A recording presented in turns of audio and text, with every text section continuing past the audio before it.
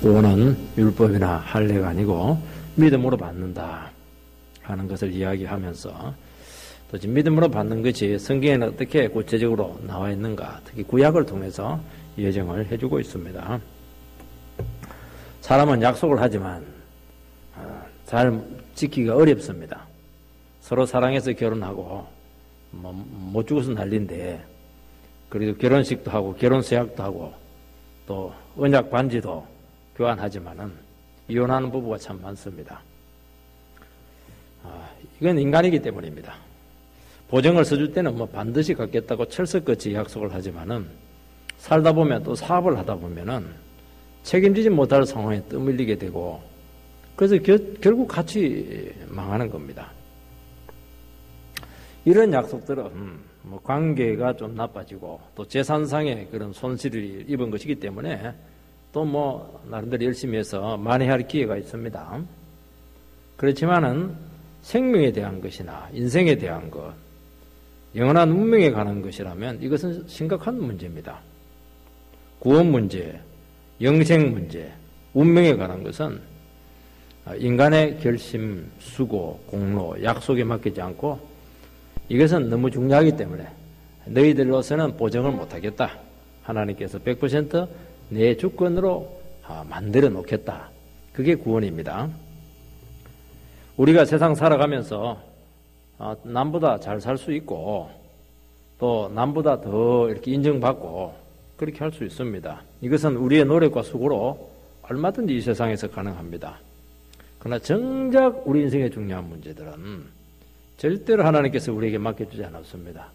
우리 인생에서도 제 문제들, 또 인생의 그런 아주 중요한 근본적인 이런 문제들, 이런 것들은 노력으로 안 됩니다. 핵심적인 거. 우리 태어나는 것도 우리 노력으로 안 되는 겁니다. 하나님께서 모든 책임을 다 지시고 전부 다 만들어 놓고 다 결정한 후에 우리로 하여금 받아들이게 합니다. 그래서 믿기만 하면 다 가져가도록 그렇게 만들어 놨습니다. 굉장히 쉬운 것 같은데, 여러분, 아버지 창고에 지금 막 잔뜩 보물이 있는데 그럼 못 믿으니까 못 가져가는 겁니다. 이게 참 아이러니입니다. 하나님께서 정말 중요한 것들은 전부 다 하나님께서 전부 다 만들어 놨습니다. 비축을 해놨는데 못 가져갑니다. 뭐 가져갑니까? 쓰레기 같은 거. 있어도 되고 없어도 되는 거. 이런 것들은 막 그렇게 목숨을 걸면서 구하면서 정말 중요한 문제들, 이거는 하나도 못 가져갑니다. 왜 그래요? 이것은 믿음으로만 가져갈 수 있기 때문인 것입니다. 이런 의미에서 본문은 구원이 왜 믿음으로 와야 되는가 설명하고 있습니다.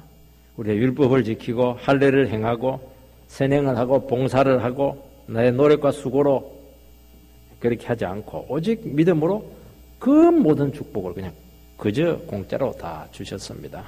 공짜로 그저 주었다는 것은 세상의 가치로 환산이 안 되는 것이지 무가치한 게 아닙니다. 너무너무 귀한 것이기 때문입니다. 우리가 의롭게 된 거, 재용서 받는 거, 하나님의 상속자가 되는 것, 상속자가 된다고 하는 것은 이 세상에서 하나님 거 전부 다 내가 다 가진다는 겁니다.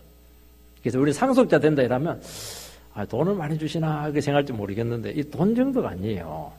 하나님 안에 있는 복이란 복은 상속자가 다 가지는 겁니다. 그것도 뭘로 가지는 겁니까? 약속으로 가지는 겁니다. 내가 열심히 했기 때문에 가지는 게 아닙니다. 그런데 우리는 이 말씀을 듣고 있으면 뜬구름 잡는 것 같은 느낌을 가지는 겁니다. 믿음으로 받을 수 있는데 이걸 못 믿으니까 못 가지는 겁니다. 오늘 우리 시간 큰 믿음을 가지고 복이란 복은 다 가지는 그런 축복을 받게 되기를 바랍니다. 많이 지치고 힘들죠? 그렇게 하지 마시기 바랍니다. 능력이란 능력은 우리에게 다 있습니다. 꼭 믿으시기 바랍니다. 첫 번째는 제3의 축복은 오직 믿음으로만 받습니다. 바울은 구원은 오직 믿음으로만 받는다는 것을 아주 구체적인 예정으로 열거를 했습니다. 믿음으로 구원받는다고 하는 것은 바울이 만들어낸 구원론이 아닙니다. 신약시대에만 통하는 것이 아니고 구약에서도 오직 믿음으로만 축복을 받았습니다. 이것이 믿음의 조상 아브라함을 통해서 지금 바울 사도가 증명을 하고 있습니다. 아브라함 했으니까 구약에서 또 두 번째로 위대한 인물이 누구겠습니까? 다윗이죠. 아브라함, 다윗. 이게 계보입니다. 다윗 언약이죠. 그래서 다윗을 통해서는 무슨 축복을 하나님께서 믿음으로 주었느냐? 재용수의 축복을 주었습니다. 6절에서 8절 말씀을 읽어보면 이러한 것이 없이 하나님께 의로 여기심을 받는 사람의 복에 대하여 다윗이 말한 바 불법이 사함을 받고 죄가 가리워짐을 받는 사람들은 복이 있고 주께서 그 죄를 인정하지 아니하실 사람은 복이 있도다 함과 같으니라. 어려운 말씀이 나오는데요. 이러한 것이 없이 하나님께 의로 여기심을 받는 사람의 복에 대하여는 인간의 복은 사람과의 관계나 이 땅에서 오는 것이 아닙니다. 우리가 이 세상에서 받는 거는 전부 땅에 있는 겁니다. 전부 다 땅에 있는 겁니다. 다른 사람에게 다 있는 겁니다. 그런데 우리가 받는 이 복은 땅에 있는 복이 아니고 하늘의 복입니다. 하나님과의 관계에서 하늘에서 오는 복입니다. 이 땅에 있는 복이 아닙니다. 땅에 있는 거 주던데요. 그것도 하늘에서 온 겁니다. 그 돈 하나님이 준 겁니다. 그 하늘에서 온 겁니다. 세상 사람들이 돈 버는 거하고 우리가 돈 받는 거하고 다릅니다. 복 받는 것. 똑같은 돈이라도 의미는 완전히 다릅니다. 이 복이 오려면 하나님과의 관계를 맡고 있는 것이 있는데 제 문제가 해결이 돼야 됩니다.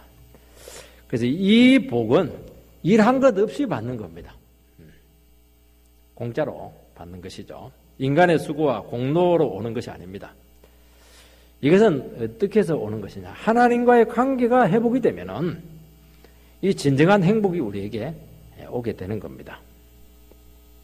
이 땅의 복은 영원하지도 않고 언젠가는 깨지게 되고 부식돼서 없어지게 됩니다.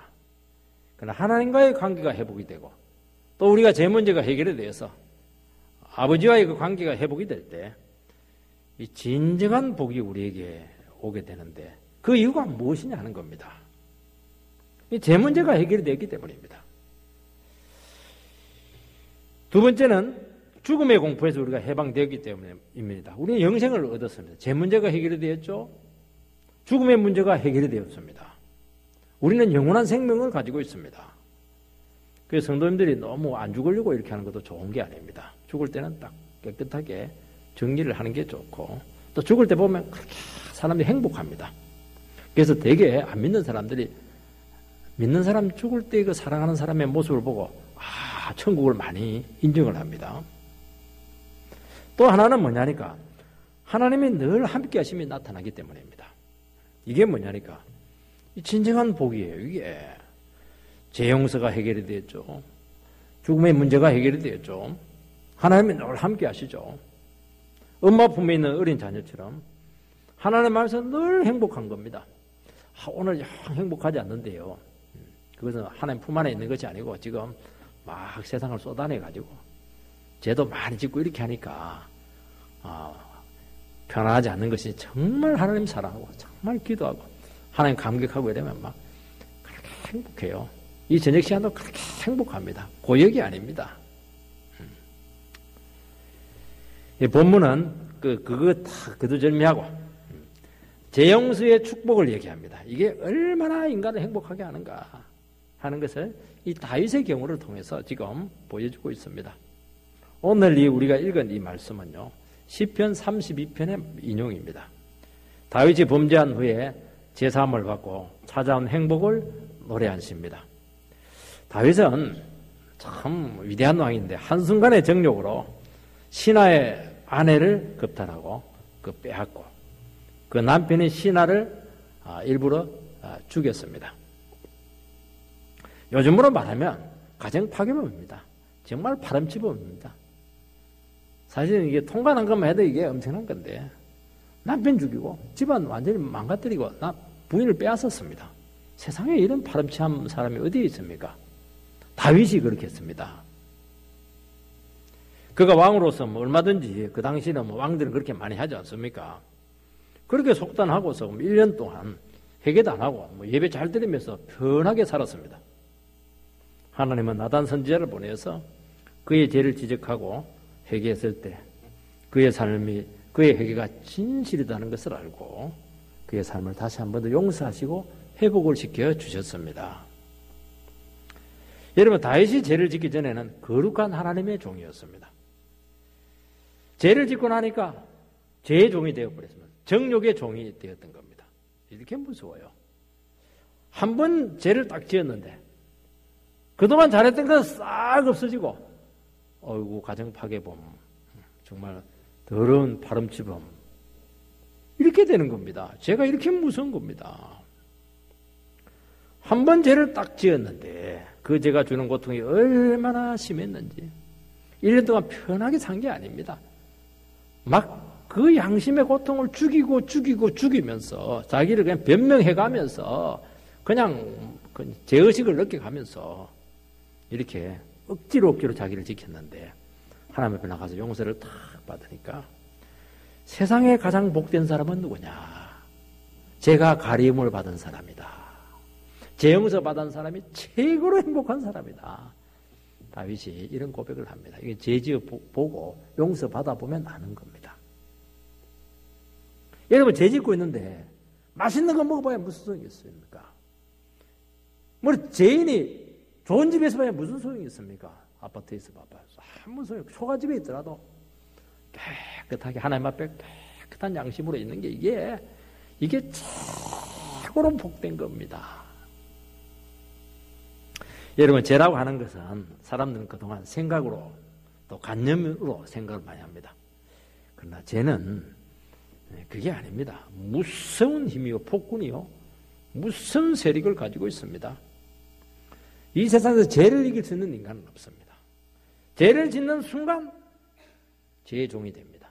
그가 아무리 하나님 잘 믿고 그가 아무리 그 대단한 업적을 남기고 이렇게 죄를 딱 지으면은 간음자가 되고 죄를 딱 지으면 돈벌이가 되고 딱 그렇게 되는 겁니다. 정말 무섭습니다, 이게. 죄는 우리를 사로잡고 얽어매고 속박합니다. 그리고 절대로 죄는 없앨 수가 없습니다. 이게 문제입니다. 그리고 이 속박에서 헤어나오지를 못합니다. 죄는 죄의식을 자꾸 없앱니다. 왜냐하면 죄는 없앨 수가 없는데 고통은 있으니까 자꾸 죄의식을 자꾸 없애려고 하는 것입니다. 전혀 그것은 죄라는 것을 인식하지 못하게 합니다. 그리고 자꾸 죄에 대한 면역성이 자꾸 생깁니다.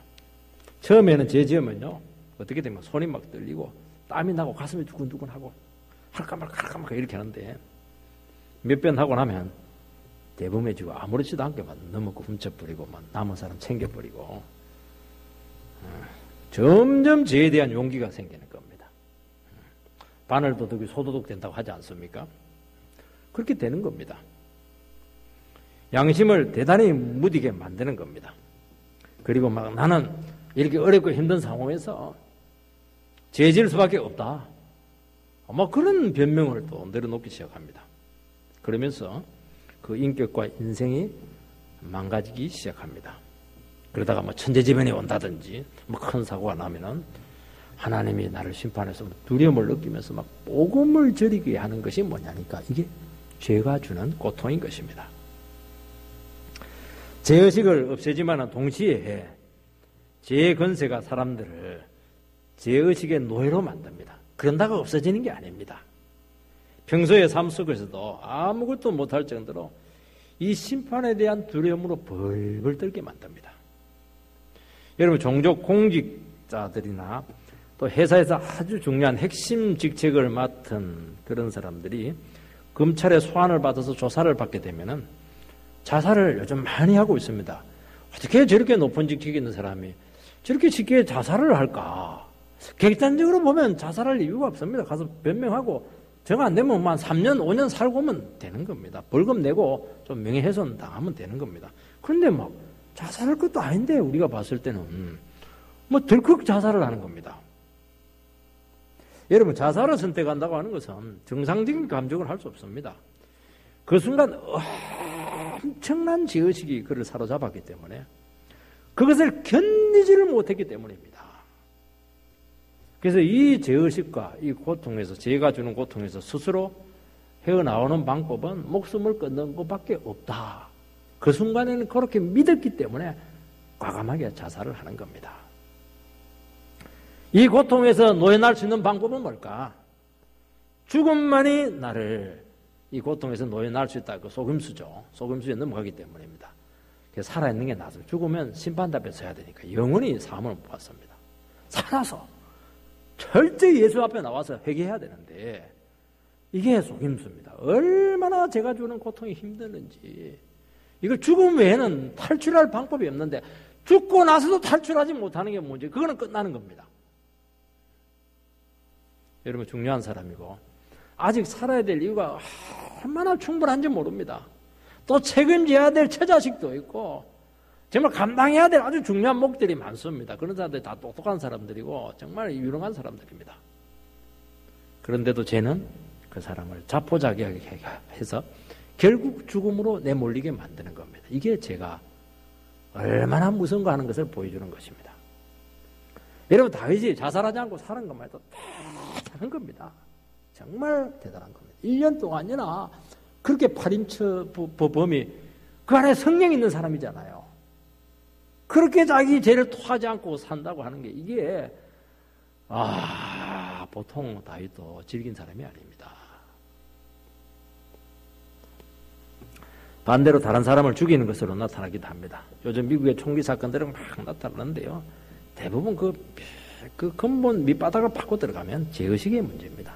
견딜 수 없는 이 죄의식, 견딜 수 없는 이 마음의 문제가 통제가 되지 않아서 불특정 다수인을 향해서 막 복수를 하는 겁니다. 자기가 죽으면 되는데 남을 막 죽이는 겁니다. 이게 어디서 온 겁니까? 이 죄의 파괴적인 본능에서 온 겁니다. 죄는 반드시 파괴합니다. 이게 문제예요.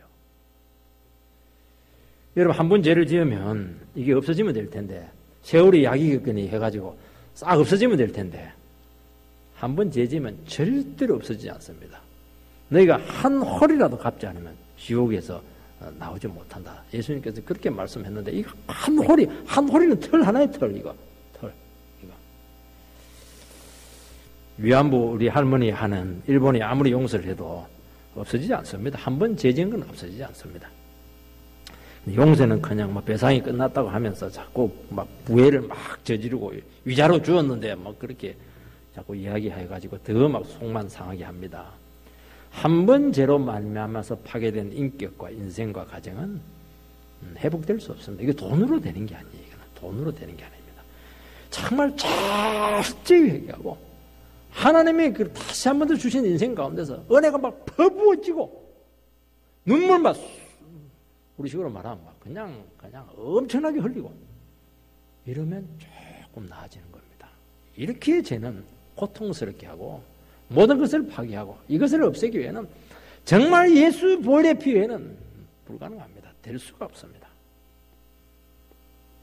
이것은 돈으로 환산할 수 없는 고통입니다. 사람들은 이 문제를 갖고 그렇게 고통스러워합니다. 인도 사람들은 겐지성에 강에 가서 그 성수라 그래서 막 목욕을 하는데 물만 더러워집니다. 그거 안 돼요. 고행을 해도 없어지지 않습니다. 인류의 가장 큰 문제는 이 죄를 어떻게 없애느냐 하는 그 문제입니다. 지우개를 지워도 안 되고 입에다가 하이타이를 틀어넣어가지고 막 흔들어도 안 되고요. 없어지지가 않는 겁니다. 이 죄가. 사람이 죄를 짓기 전에는 죄의 무거운 짐을 느끼지 못합니다. 일단 죄를 한번 딱 지으면 세상에 이 죄의 짐처럼 무거운 것이 없습니다. 그거 빚은 그게 아무것도 아닙니다. 죄의 짐을 딱 한번 지어보면 세상에 사나 내 위에서 무너져라. 그렇게 고통스럽습니다. 저는 한 번씩 저에게 고통을 주고 죄를 지은 사람에 대해서 막 복수하고 반격할 필요성을 느끼기도 합니다. 그런데 한번 기도하는 과정에 이 죄의 무거운 짐으로 이미 많은 고통을 겪는 것을 직간접적으로 많이 보게 됩니다. 그래서 도리어 아픔과 상처를 준 영혼을 불쌍히 여기고 그 영혼을 용서하는 것이 진정한 복수가 된다는 것을 알았습니다. 그는 이미 하나님으로부터 충분한 고통을 받았기 때문입니다. 그래서 우리는 어떻게 죄인들을 하나님께서 복수하는 방법은 어떻게 하는 겁니까? 죄의 짐에서 그걸 용서하는 겁니다. 바울이 얼마나 고통스러워했습니까? 다메섹 도상에 가면서 눈이 멀을 정도인데 하나님께서는 그를 막 용서를 해가지고 그 죄의 짐을 벗어버리고 복음의 짐을 지고 막 전 세계를 향해서 죄 용서를 그냥 부르짖게 하는 바람에 하나님 멋지게 복수를 해버렸습니다. 이게 우리의 복수의 원리입니다. 여러분 천리역경에 보면은 크리스찬이 어느 날 갑자기 집을 떠나 순례길을 가는데 보면 등에 막 무거운 짐을 지금 잔뜩 지고 있었습니다. 근데 그 짐을 지고 막 달려가는데 얼마나 힘들었겠습니까? 회개문을 딱 통과했을 때 그 짐이 딱 떨어져 나갔습니다. 그 크리스찬은 집을 났을 때 작별 인사도 못하고 무작정 달려나갔습니다. 이 지연지에 대한 하나님의 진노, 이 지옥의 같은 걸 너무 느꼈기 때문입니다. 지금 뭐 인사할 틈도 없습니다. 너무 힘들어가지고요. 여러분 이 죄의 짐을 벗을 수 있는 유일한 길은 자기 죄를 정직하게 고백하고 하나님의 용서를 구하고 하나님의 용서를 받는 길밖에 없습니다. 다른 것으로는 안 됩니다. 아무리 그냥 참선하고 안 됩니다. 그래서 불법의 사함을 받고 죄가 가리워짐을 받는 사람은 복이 있고 주께서 그 죄를 인정하지 아니하실 사람은 복이 있도다. 복이 있다. 복이 있다. 누가 복이 있는 사람입니까?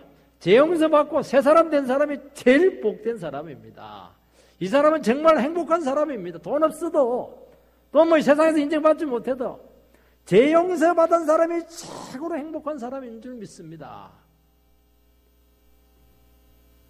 하나님이 아들을 십자가에 달려 내 대신 죄의 진노를 당하게 하심을 믿고 하나님을 바라볼 때 이 죄가 싹 없어집니다. 이 죄의 짐에서 싹 놓여납니다. 양심의 고통에서 자유를 얻습니다.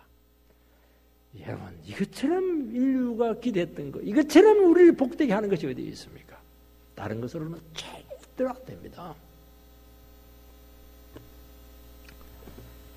인간이 받을 수 있는 최고의 축복은 딱 두 글자입니다. 용서입니다. 사함을 받고, 이 말씀은 밖에 드러난 이 죄를 이렇게 씻어주고 닦아주는 겁니다. 가리워짐을 받는 것은 우리는 어떤 쇠를 이렇게 주전자 만들고 이렇게 할 때 금형을 녹여서 만들듯이 이 본질적으로 이렇게 고친다는 겁니다. 그리고 인정하지 아니하실, 우리 죄를 인정하지 아니하신다 할 때 인정하지 아니하실, 이것은 이 금형이 막 이지러져 있는데 그것을 하나님께서 이지러진 것이 아니다 그렇게 간주를 하는 겁니다. 비뚤어져 있는데 너 비뚤어지지 않았다, 바르다. 하나님이 바르다 하면 바른 것이고 또 바르게 만들어집니다. 하나님이 어떻게 보느냐 하는 게 중요한 겁니다. 부모가 자녀를 어떻게 보느냐, 저놈은 못됐어 그러면 그 애는 반드시 못된 애가 됩니다. 조금 문제가 있어도 쟤는 괜찮아 그러면 괜찮은 애가 되는 겁니다. 하나님 우리를 문제가 있어도 괜찮아 이러면 괜찮은 겁니다. 그분의 용서는 완전하고 기억도 하지 아니하시고 죄의 흔적도 남지 않습니다. 이게 상처도 남지 않습니다. 그리고 예수를 자꾸 믿으신 분들이 아주 옛날에 과거의 상처를 자꾸 이렇게 끄집어내 가지고 그걸 자꾸 이렇게 써먹고 이렇게 하시는데, 그거는 정말 온전한 용서가 뭔지 회개가 뭔지 몰라서 그런 겁니다. 생각이 나면 안 됩니다. 자꾸 이게 정말 예수 그리스도의 보혈의 피로 용서가 됐으면은 그 상처 때문에 주님이 피 흘리셨다는 것을 알면요 눈물로 엄청나게 흘립니다. 은혜를 더 부어주세요. 사랑을 많이 받으면은 옛날 과거의 아픔들 싹 지워지는 겁니다. 죄인을 다시 회복시켜서 놀랍게 사용하십니다. 하나님은 우리 죄 때문에 작동을 안 해요. 우리의 전 인생과 인격이 고장이 나가지고 너무 비싼 기계인데, 너무 초정밀 기계고 너무 고가인데 이 고장이 나가지고 이 작동을 안 하는 겁니다. 하나님께서 죄 용서해가지고 다 고쳐줍니다. 그러면 이 몸이, 우리의 삶이, 우리 인생이요 한번 고쳐지면은 천사를 능가합니다. 천사는 몸이 없거든요. 몸이 없으니까 할 수 있는 게 많지가 않아요. 우리는 몸을 가지고 있으니까 이 몸을 가지고 할 수 있는 게 너무 많아요. 사랑도 표현하고 안아주기도 하고. 이야, 몸이 참 기가 막힙니다. 그런데 이 놀라운 축복을, 죄사함을 뭘로 받습니까? 믿음으로 받습니다. 우리가 하나님께 나아가서 죄를 인정하고 고백할 때 모든 죄를 용서하시고 그것을 예수 그리스도 나를 위해서 죽으셨다는 걸 믿기만 하면 주신다는 겁니다. 두 번째는 영원하고 참된 복은 할례나 종교식으로 안 됩니다. 9절에서 11절 말씀을 보면 그런 적이 이 복이 할례자에게냐 혹은 무할례자에게 도냐 무릇 우리가 말하기를 아브라함에게는 그 믿음이 의로 여겨졌다 하노라. 그런즉 그것이 어떻게 여겨졌느냐 할례시냐 무할례시냐 할례시가 아니요 무할례시니라. 그가 할례의 표를 받은 것은 무할례시에 믿음으로 된 의를 인친 것이니 이는 무할례자로서 믿는 우리 모든 자의 조상이 되어 그들도 의로 여기심을 얻게 하려 하심이라. 좀 어렵습니다. 무할례시가 어떻고 할례시가 어떻고 자꾸 이런 식으로 얘기를 하니까 자꾸 헷갈리는데 그렇게 혼동할 필요 없습니다. 우리는 제3의 축복이 있고 영원한 생명의 은총을 받았고 하나님과 함께 하시고 의롭게 되는 이 귀한 축복을 받았습니다. 이것은 할례와 상관없이 우리에게 주어졌다는 겁니다. 할례 전의 믿음으로 하나님과의 관계가 회복되었기 때문에 이 축복이 온 것입니다. 아브라함처럼 말이죠. 아브라함 할례 받기 전에 믿음으로 의롭게 되고 할례 받기 전에 재용서 받았고 할례 받기 전에 영생을 받았고 할례 받기 전부터 하나님이 그와 함께해서 복이란 복은 다 주었습니다. 하나님은 아브라함의 믿음을 보시고 이 귀한 축복을 다 주셨다는 겁니다. 그리고 나서 할례를 하게 했습니다. 할례가 뭐냐? 오늘로 말하면 세례입니다. 구원받은 사람들이 세례를 받지 않아도 천국 갈 수 있습니다. 그렇지만은 반드시 세례를 받아야 됩니다. 공적으로 내가 하나님의 자녀된 것을 확정을 하는 것입니다. 그리고 믿음으로 살겠다는 것을 확인하는 것입니다. 그럼 다시 한 번 더 성령이 우리에게 불을 내려가지고 하나님의 자녀된 확정을 우리에게 주니까 강력한 확신이 우리에게 찾아오는 것입니다. 여러분, 아브라함이 하나님의 부르심을 받은 나이는 75세입니다. 할례는 언제 받았느냐? 이삭을 낳기 1년 전에 99세에 받습니다. 그러니까 아브라함이 할례 받기 전 24년 전에 하나님이 그를 찾아와서 이미 은총을 주었습니다. 아브라함은 그 전에 하나님을 몰랐습니다.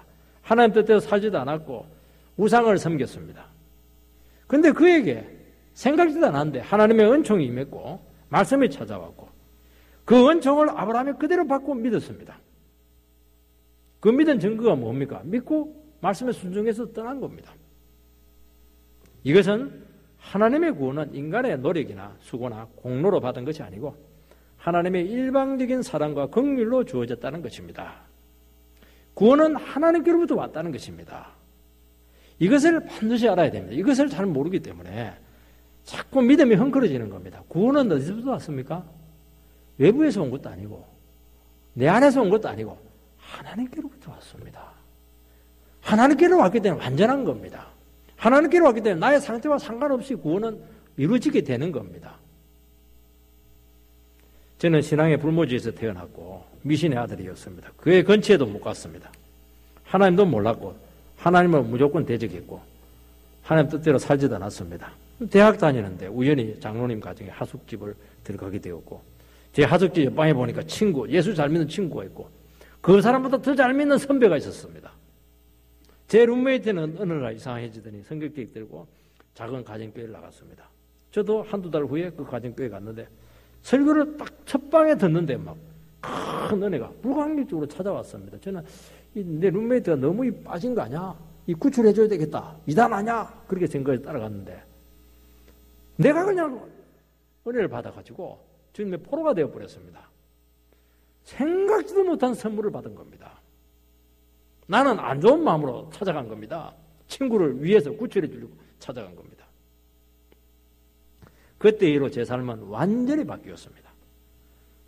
저는 가난해서 돈을 벌고 살려고 했고 그래서 경영학을 했고 공인회계사 준비를 하고 있었는데 주님 만나고 나니까 막 다 포기하고 지금 너무 영적으로 헝그리해져서 성경 읽고 성경 공부하고 그냥 수련회 가고 그거 하다 보니까 그냥 4년 홀랑 다 날아갔습니다. 날아갔다는 말은 아니고 참 귀하게 시간을 보냈습니다. 하나님께서는 막 집중적으로 말씀으로 저를 새롭게 인간을 막 빚었습니다. 그리고 나서 몇 년 후 세례받고 신학까지 하게 되었습니다. 이것이 하나님의 일방적인 은혜입니다. 나는 생각도 안 했고 기대도 안 했고 하나님 뭐 안 좋게 생각했고 믿는 친구들 정말 싫어했습니다. 어우, 저 머저리 같은 인간들 얼마나 자신이 없었으면 하나님을 믿을까? 자기 자신을 믿죠. 그렇게 큰 소리 쳤지만은 제가 제일 불쌍한 인간이었습니다. 하나님이 저를 찾아오시고 일방적으로 은혜를 주시고 말씀을 열어서 깨닫게 해주신 것입니다. 여러분, 구원은 할례를 받을 때가 아니고 그 전에 무할례 시에 이미 왔습니다. 이것은 할례나 율법은 하나님의 백성 되게 하는 것이 아니고 하나님의 백성됨의 표시고 확인입니다. 그래서 율법과 할례는 구원의 조건이 아니고 임시 처방입니다. 그래서 율법과 할례의 테두리를 통해서 제 욕망을 제어하고 그것을 통해서 그리스도에게 오도록 하는 수단으로 주신 것입니다. 그래서 이것으로 심판받을 수밖에 없는 죄인임을 알고 나에게는 참 예수가 필요하다. 그 믿음으로만 구원받을 수 있는 징검다리로 주신 것이지 그것을 통해서 구원은 오지 않습니다. 여러분, 많은 종교가 기독교도 마찬가지입니다. 너무 조항을 많이 만듭니다. 너무 율법을 많이 만들고 규칙을 너무 많이 만들고 너무 무거운 짐을 많이 지우고 있습니다. 여러분, 기독교는 자유입니다. 여러분, 예배하는 것도 자유입니다. 봉사하는 것도 자유입니다. 억지로 할 필요 없습니다. 여러분, 이 율법이라고 하는 무거운 짐, 이 종교식이라고 하는 무거운 짐을 자꾸 이렇게 지우고 강조를 합니다. 그리고 종교 지도자들이 욕심이 있어가지고 자꾸 율법 조항을 많이 만들어서 그렇게 열심을 내고 그렇게 하면 뭔가 되는 것 같고 이렇게 하니까 짐을 많이 지우고 있습니다. 그래서 이 조항을 지키면은 좋은 성도가 됩니다. 그거 못 지키면은 지킵니다. 뭐가 너는 문제가 있다. 그런 식으로 딱 찍어버리니까 뭐 지키는 것은 짐이 많아서 힘들고 못 지키면 찍혀서 힘들고 교회 생활에 힘이 드는 겁니다. 이게 왜 그렇게 하는 겁니까? 욕심입니다. 그거 진영 논리에 빠지는 겁니다. 어느 틀에 들어와야 되지. 틀에 안 들어오면은 그거 참 살아나기 힘듭니다. 이것은 종교 폭력입니다. 그 결과 신앙생활을 하면 할수록 생명력도 없고 기쁨도 사라집니다. 이것을 반드시 해야만 한다. 의무 조항으로 신앙이 되면은 구원의 감격도 없습니다. 은혜도 없고 우리를 통해서 약속의 성취도 진정한 축복도 오지 않습니다. 참 이걸 모릅니다. 하나님이 주신 이 재용수의 축복, 하나님의 자녀된 은총의 기쁨, 이것이 넘쳐야 되는데 이것을 다 막고 있습니다. 왜요? 할례를 자꾸 하라고 하니까, 율법을 자꾸 지키라고 하니까, 규칙을 자꾸 만들어서 그게 틀에 자꾸 가두어 놓으니까 신앙생활을 하는데 자유도 없고 기쁨도 없고 행복도 없고 참 진정한 만남도 없고 말이죠. 따뜻함도 없고 이렇게 되는 겁니다. 훈련만 했죠. 훈련만. 그렇게 하지 마시기 바랍니다. 여러분, 기독교는 말씀으로 은혜 받고 변화되는 것 외에 어떤 짐도 지지 말아야 됩니다. 그런데 하나의 짐을 져야 됩니다. 무슨 짐? 말씀의 짐은 져야 됩니다. 그리고 사랑의 짐은 져야 됩니다. 그 외에는 어떤 짐도 지지 마시기 바랍니다. 이때 진정한 힘이 있고 이때 진정한 영혼의 안식이 찾아오고 이때 하나님이 어떤 분인가 하는 것을 알게 되고 하나님의 사랑을 느끼고 하나님의 축복이 무엇인가 하는 것을 우리가 얻게 되고 많이 받으니까 너무 행복하니까 막 그냥 봉사하고 헌신하고 죽을 돈 살 돈 주를 위해서 사는 겁니다. 억지로. 그래서 절대로 여러분 신앙생활을 억지로 하지 마시기 바랍니다. 좋아서 하시기 바랍니다. 좋아서 기뻐서 넘쳐서 하는 겁니다. 넘쳐서. 이게 기독교입니다. 그래서 의무조항에서 나오는 결과와 기쁨으로 하는 것은 이거는 뭐 처음에는 의무조항으로 하는 게 좀 잘 되는 것 같아요. 뭔가 규율도 있고 뭔가 다 예측이 되고 이렇게 하는데요. 이거는 조금만 지나면요. 정말 하나님이 주시는 행복과 기쁨으로 하는 것 비교가 안 됩니다. 이 사람은 천국의 것을 끌고 와서 막 나눠주기 때문에 이야, 이 한 사람을 통해서 세계를 뒤집어 놓는 겁니다. 바울 한 사람을 통해서 전 세계를 다 뒤집어 놓는 겁니다. 그 인간이 한 겁니까? 하나님이 했죠. 하나님이. 왜 그게 가능했습니까? 하나님 앞에 정말 은혜 받은 자로서 당당하게 자기 자신을 드리는 이 축복의 원리를 이 사람이 알았기 때문입니다. 세 번째는 언약의 축복도 오직 믿음으로 오는 겁니다. 13절, 14절 읽어보면 아브라함이나 그 후손에게 세상의 상속자가 되리라고 하신 언약은 율법으로 말미암은 것이 아니요 오직 믿음의 의로 말미암은 것이니라. 만일 율법에 속한 자들이 상속자이면 믿음은 헛것이 되고 약속은 파기되었느니라. 세상의 상속자가 되리라고 하신 언약, 좀 어려운 말들인데요. 이 말씀은 삶 속에서 하나님의 약속을 받아 누리는 상속자로 세워주시겠다는 겁니다. 상속자로 세워줬으니까 아버지가 돌아가셔야 내 거 됩니다. 이 하나님의 약속이 성취되는 삶을 살도록 해주시겠다는 겁니다. 여러분 유서를 딱 써놓으면 그거는 어떻게 되면 내 겁니다. 그 문서만 갖고 있어도 내 거예요. 이거는 뭐 미리 좀 가불해서 가질 수도 있습니다. 아버지 돌아가시면 뭐 자동적으로 내 것이 되는 겁니다. 그래서 우리가 하나님의 상속자가 된다고 하는 것은 아버지 거 내 거라는 겁니다. 우리는 자꾸 현금이 잘 안 들어오니까 부동산이 안 들어오니까 자꾸 느낌이 안 오는데 그렇지가 않아요. 한번 살아보면 압니다. 이 상속자라고 하는 것이 얼마나 복된 자의 위치에 있는가 하는 것을 알게 됩니다. 하나님이 약속하신 모든 성경의 축복은 다 내 것이 되는 겁니다. 문제는 믿음이 없어가지고 못 믿어서 못 가지는 겁니다. 이것은 율법으로 오는 게 아니고 믿음으로 받습니다. 하나님은 아브라함에게 자녀의 약속과 가나안 땅에 대한 약속을 주었습니다. 지금 애가 없어요. 애를 낳을 수도 없습니다. 그런데 자꾸 아들 주겠다고 그럽니다. 땅 한 평 없는데 가나안 땅 다 주겠다는 겁니다. 세상에 이것처럼 말 안 되는 게 어디 있습니까? 이미 내가 네 유서 써놨다. 네 거다 이거 너 거. 아브라함은 못 믿어요. 믿음이 없어가지고. 그래서 자꾸 여러 번 이야기합니다. 이것을 뭐냐니까 언약이다 그렇게 하는 겁니다. 율법은 모세를 통해서 주셨는데 아브라함 400년 후에 율법을 주었습니다. 그러니까 이 상속자의 축복도 상속자의 축복도 믿음으로 아브라함에게 먼저 준 겁니다. 모세에게 준 게 아닙니다. 율법을 지킴으로가 아니고 믿음으로 주셨다는 것입니다. 여러분 상속자라고 하는 것은 유산을 받는다는 것인데 아브라함은 두 가지 약속을 받았다고 하지 않았겠습니까? 우리들에게는 어떤 상속자의 축복이 있습니까? 우리는 예수 믿으면 하나님의 자녀가 된다고 하는데 아들이 된다고 하는 것은 상속자가 되었다는 겁니다. 이것은 성경에 있는 모든 약속의 축복을 받을 수 있는 당당한 자격을 얻게 된 것입니다. 아브라함은 축복의 통로로 삼았습니다. 이 축복은 어디에서 오는 겁니까? 하늘을 뚫어서 받은 것입니다.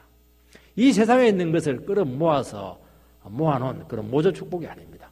하늘의 것을 내 것으로 가져와서 나눠주고 내 것으로 만들고 이야 이 축복은요 정말 어마어마한 축복입니다. 하나님의 모든 복을 받아 누릴 수 있는 방법이 무엇입니까? 유대인들은 자꾸 율법을 지키고 할례를 행해야 된다고 그렇게 믿었습니다. 바울 사도는 믿음으로 받아 누린다는 것입니다. 그것이 믿음의 조상 아브라함을 통해서 나타났다는 것입니다.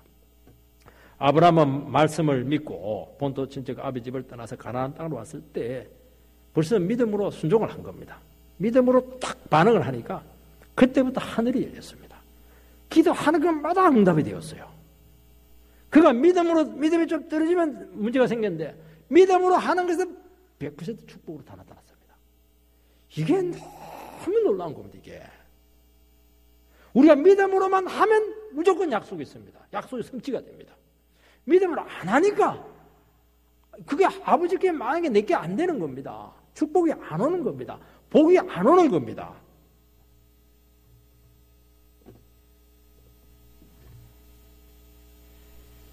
하나님을 믿으니 의로 여기신 바 되었더라. 그게 이 말씀이나 똑같은 겁니다. 하나님의 그는 불가능한데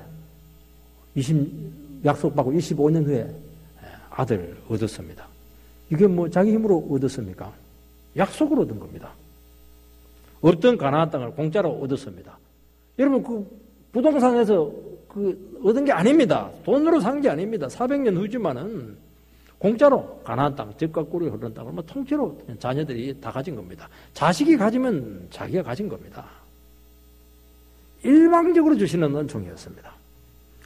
유산한 부모가 돌아가시면 아무 조건 없이 아들에게 한 번에 받는 겁니다. 마찬가지입니다. 우리가 하나님의 아들이 되기 때문에 이미 하늘에 있는 모든 복을 가질 수 있는 자격증을 우리가 지금 얻은 것입니다. 우리를 통해서 하나님의 약속이 지금 이루어진다는 겁니다. 이걸 믿고 구하기만 하면 무조건 임할 줄 믿습니다. 잘 못 믿으시는데 믿으시기 바랍니다. 정말 믿으셔야 됩니다. 이게 기독교입니다. 얼마나 풍성합니까? 성경의 약속이 내 것입니다. 그래서 여러분들이 자꾸 성경을 묵상하고 성경을 내 것으로 만들으라는 말이 무슨 말이냐면은 우리는 자꾸 그냥 수학책, 영어 단어 하나 더 외우려고 하는데 그것도 필요해요. 세상 복 가지려면은. 근데 진짜 복을 가지려면은 이 하나님의 말씀을 내 것으로 만들어야 됩니다. 주야로 묵상하면은 전부 다 복으로 다 나타납니다. 노다지죠, 노다지. 안 믿으면 아무리 아버지 상속권 써놔도 내가 안 믿으면 그거 아무 소용없는 겁니다. 여러분, 신앙세계에서 정말 귀하고 중요한 것은 전부 일방적으로 거저 주었습니다. 우리가 마음만 먹으면 다 가지고 누릴 수 있습니다. 어려울 거 하나도 없습니다. 하나님의 약속, 말씀, 제사, 은혜, 영생, 복, 성령, 전부 다 귀한 것들인데 이걸 어떻게 돈 주고 사겠습니까? 우리가 세상의 상속자가 되었다고 하는 것은 하나님의 무한한 축복을 끌고 와서 이 축복을 세상으로 막 나눠주는 통로로 우리를 쓰시겠다는 겁니다. 이 귀한 것을 우리가 선행을 하고 수고를 하고 조금 찾겠다고 해서 업적을 좀 쌓았다고 해서 그걸 가질 수가 있겠습니까? 아니죠. 약속으로 받는 약속으로. 이런 것을 붙들면 상속자 안 됩니다. 여러분들. 내 외모 똑똑한 거 붙들면 절대로 안 줍니다. 그거 갖고는 불통이에요. 불통. 세상 것 붙들면 정말 귀한 하나님의 축복을 가질 수가 없습니다. 그래서 자꾸 내려놓으라는 겁니다. 내려놓으라는 것은 없애려고 하는 것이 아닙니다. 좋은 것을 주기 위해서 그렇게 하는 것입니다.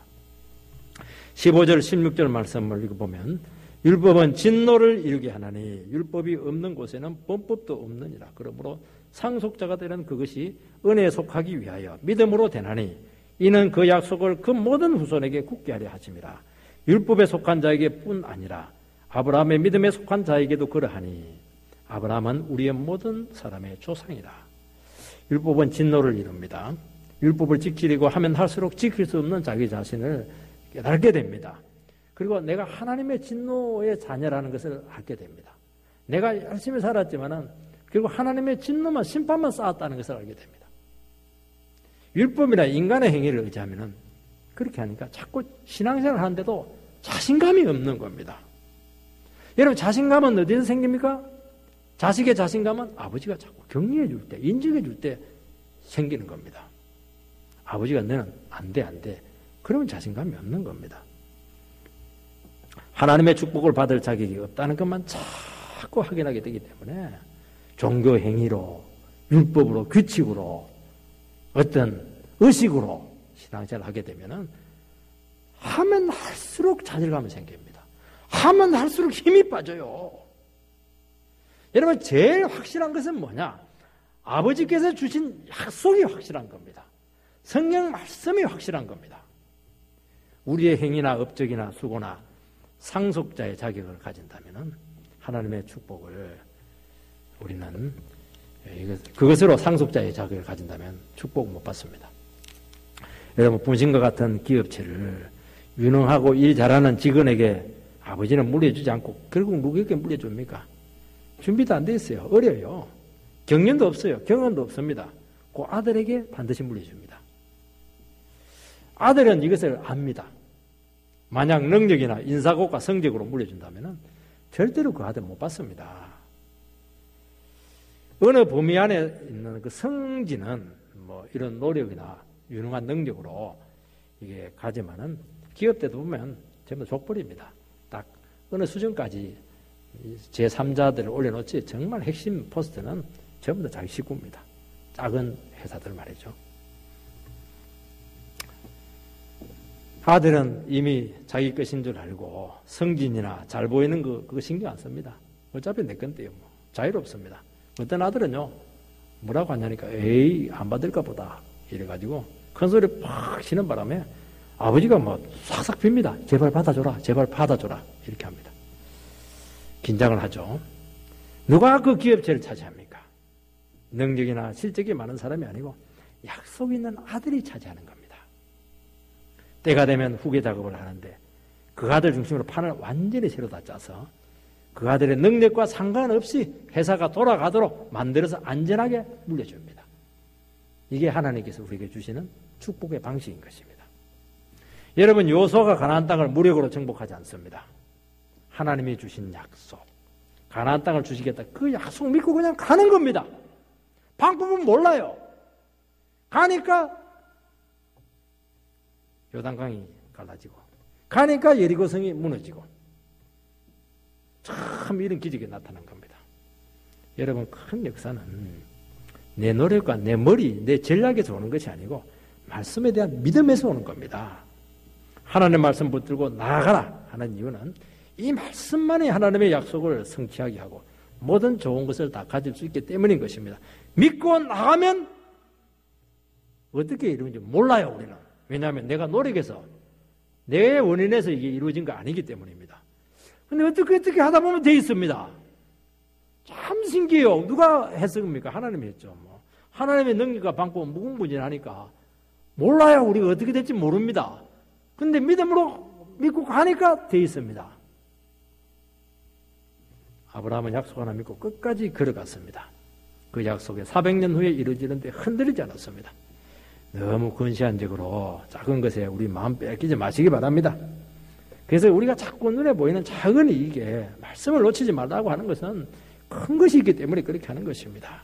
그렇게 해서 우리가 다시 한 번 더 겸손하게 이 말씀을 붙들어서 복이란 복은 다 받는 귀한 우리 성도가 되시기를 주의 이름으로 축복합니다.